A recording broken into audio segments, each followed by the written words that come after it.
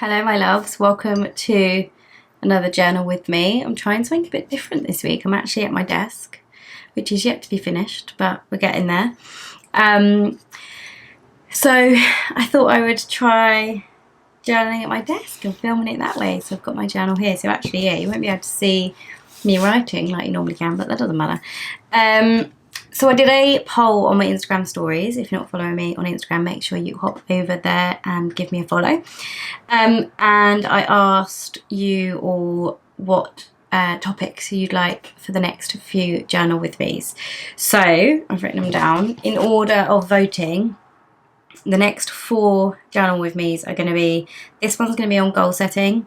The next one's going to be on future self. The one after that is going to be reflections. And the one after that is going to be some positive journaling. So today is going to be about goal setting. I've actually got 4 prompts for us today, not 3. We're going to do 4. Obviously goal setting is such a huge topic, and there can be so many different ways to set goals. We're just going to kind of keep it quite general here. And we're not going to obviously go into too much detail because we like to keep these sessions short and sweet. But I think these prompts are really going to help you kind of figure out some of your goals. So let's get stuck in, shall we? Shall we? So the first prompt is, what are 3 short-term goals I have? What are 3 short-term goals I have?